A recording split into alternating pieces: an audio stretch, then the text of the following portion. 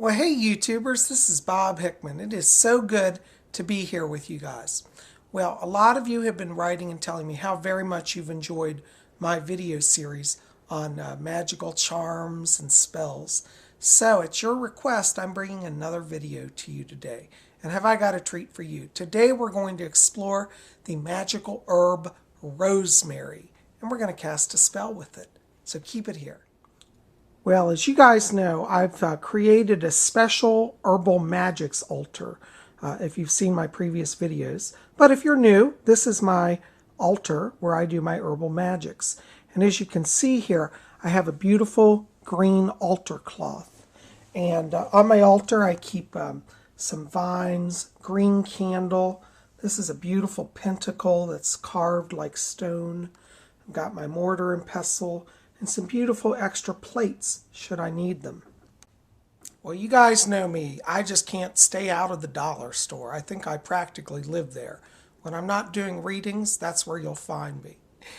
Anyways, guys, a lot of you have written to me and you've said, Bob, I want to do herbal magics, but I live in an area where I can't get this herb or that herb. And every time I read these ritual spell books, I get disheartened because I can't find anything I can use.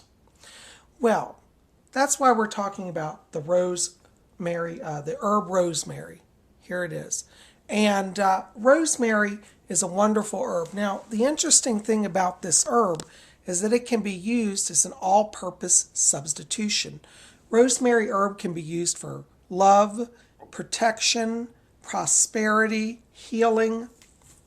It literally is one of the all-purpose herbs. And pretty much wherever you go, you can find it. Now, I know some of you are going to say, well, Bob, I read in this one herbal book that I had to go out at midnight and gather it by the light of the full moon. Well, that's not really necessary. I mean, if you can do it and you have your own herb garden, that's wonderful. But I think most of us in this modern day, first of all, should not be out wandering in fields at night, possibly not even on our own property, looking for herbs. Anne Mara says in her book, Green Witchcraft, which I highly recommend, she says, it's a romantic ideal to live like that, but it's not really practical.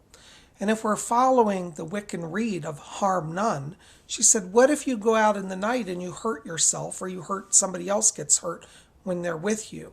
See, you're not following the rede of harm none. And she said, and in the night, you can't see if you're going to walk into a spider web. And think of a spider may go hungry because you're walking through darkness and you break his web and you're not aware. So you see, we should be more practical in our herb craft. And that's what these videos are about. One of the things that I recommend you do before you even start working with herbs is get some books and study up on herbs. I recently acquired Cunningham's Encyclopedia of Magical Herbs. This is by Scott Cunningham, who's one of my favorite Wiccan authors. And this is a wonderful book because it gives in it here photographs, or not photographs, but drawings and descriptions of all the herbs practically exist on Earth. And if we go over here to rosemary, let's see here. Okay, here it is. You can see that it gives a picture of the herb. And I've actually seen rosemary growing, and it does look rather like this. So their pictures, I feel, are very accurate. Rosemary is kind of a shrub-like bush that grows. Very hardy plant. And anyways, it gives all the details of the plant. And I won't read all of that now. But anyways, I recommend this book for you. Okay, Cunningham's Encyclopedia of Magical Herbs. Okay, another book that I also recommend by Scott Cunningham is The Secret Craft of the Wise, Magical Herbalism. And this is also by Scott Cunningham, another excellent book. Now, some people say, oh, if you have the encyclopedia, you don't need this one. Well, I disagree because this one is more based on rituals and spells. It does give a lot of herbal information. Whereas the other one is more encyclopedic. So I think they're both valuable. Anyways, just something to consider. Now, since I told you I've been to the dollar store and bought that rosemary, I also picked up a wonderful little chopping board. This is just a little wooden chopping board, but I love it, and I think anybody who studies herbalism should get one. I bought this at the dollar store for $1, and it's really nice, solid. The reason I like it is not so much to cut on, but it's a wonderful thing to lay out your herbs about on. These boards is, as I said, you can lay your herbs out. And if you're new to herbalism, you do well to kind of learn to study the herbs. So we're going to just put some rosemary out here and let you guys look at it. As you can see, it's a kind of a sage green sort of herb, and it looks similar to pine needles because the plant is very much like a pine sort of plant, and that's what it looks like. I don't know if you guys can get a good sense of that, but that's what rosemary looks like. It has a really wonderful fragrant smell to it. It's very pleasing. Some people even use rosemary for incense. Now, some of you have written to me and you said, Bob, I went to the grocery store to buy herbs, and my God, they're very expensive. Well, that is true. In some stores, especially the gourmet stores, herbs do cost quite a bit more. Now, let me give you an example of this. As you can see here, this also is rosemary. This is by McCormick Spices. McCormick is a wonderful company. It's been around years. It's a mainstay. Good quality products, nothing wrong with them. This one actually happens to be organic as well. But this size is actually 0.65 ounces, so a little less than an ounce. I paid for this one, I think it was about $5 for that herb. Now, it's a beautiful herb, but it's really not much more spectacular than the one from the dollar store. I've compared them and they look so similar, you can't tell. This one is actually 2.75 ounces. So almost 4 times as much herb. And this was $1 and this was $5. And honestly, I can't tell the difference. So, you know, going to the dollar store, for those of you on a budget, you can get quality herbs. Now, for those of you who want to know, how do I use herbs in magic spells? Well, one of the wonderful ways to use them is in conjunction with candle magic. You see? Now, we'll have to do a whole separate video on candle magic, so I won't go into all of that today. But we are going to do a simple candle magic spell here using our herbs. Now, this spell I'm actually going to do for myself. And some of you watching may say, well, gee, Bob, I thought you should only do magic for other people. Well, the craft does not view magic for the self as selfish. We believe that to honor the self, we need to do rituals and things to help ourselves. Because if we can't help ourselves, how can we help others? You see? And so anyways, I'm doing a spell today. And this is a spell for me to connect with a public relations agent. You see, for the last year, I've been working on doing more psychic work at a national level. And I've come to a point in my own life where I've been advised by legal counsel and other advisors that I need to have an agent to represent me.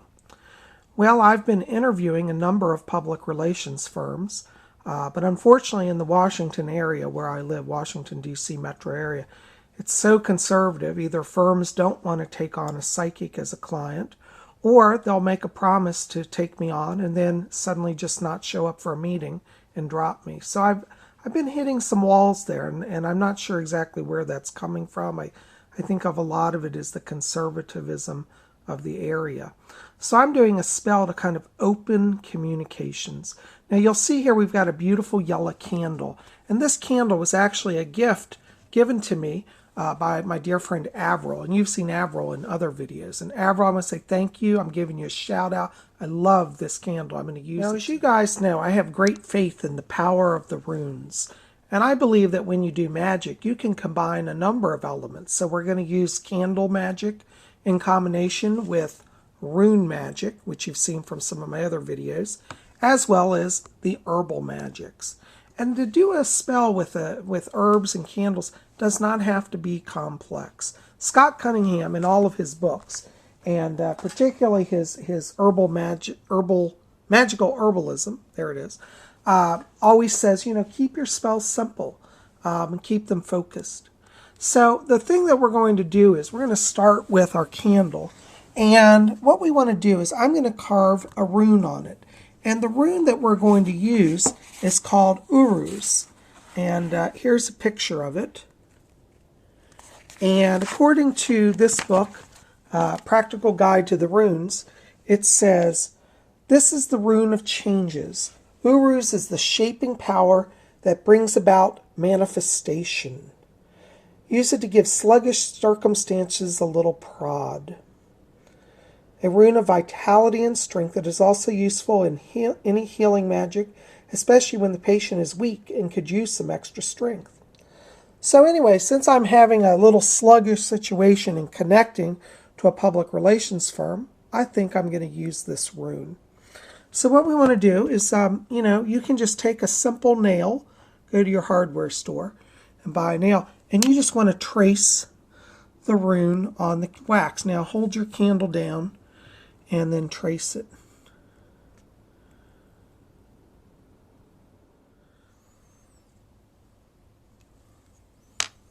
Okay, well, there's our rune carved into our candle. There's Uruz. So after you carve it, you can set your candle upright. And while you're doing this carving, you want to be meditating on the power of the rune. So since this rune is used to, break open delays and unblock obstacles and create manifestation, you want to visualize and manifest that in your mind as you're carving and put that energy into the candle. Now for the next part is, once you've carved the rune into your candle, you want to put the candle then on a plate, something that's not fire hazard. So you don't want to use the wooden board.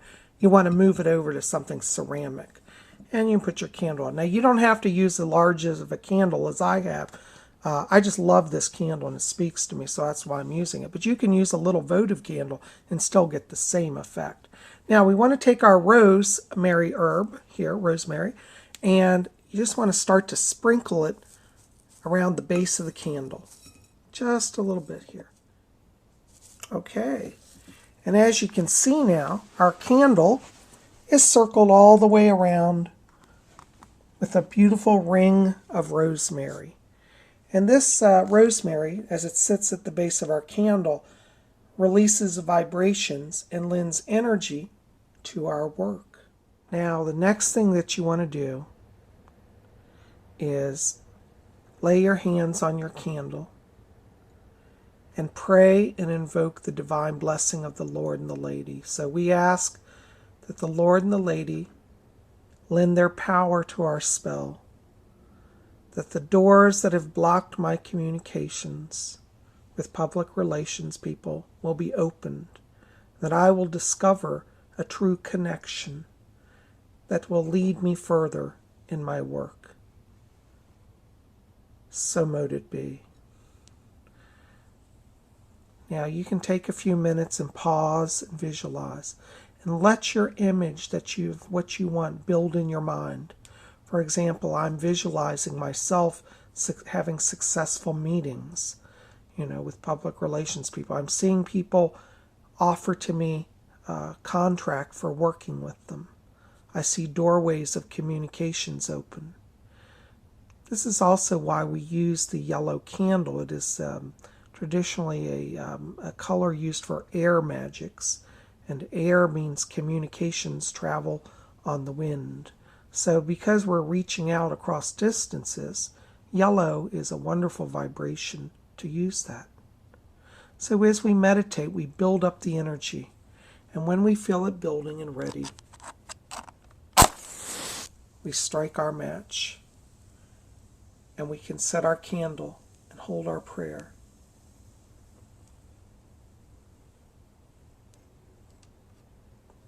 And if we want, we can even pick up our wand and trace the sign of the pentagram, invoking spirit.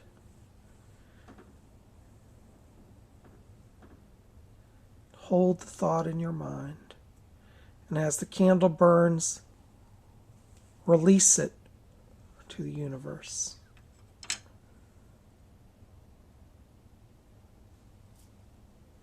So you see, guys, it's not so hard to do a spell.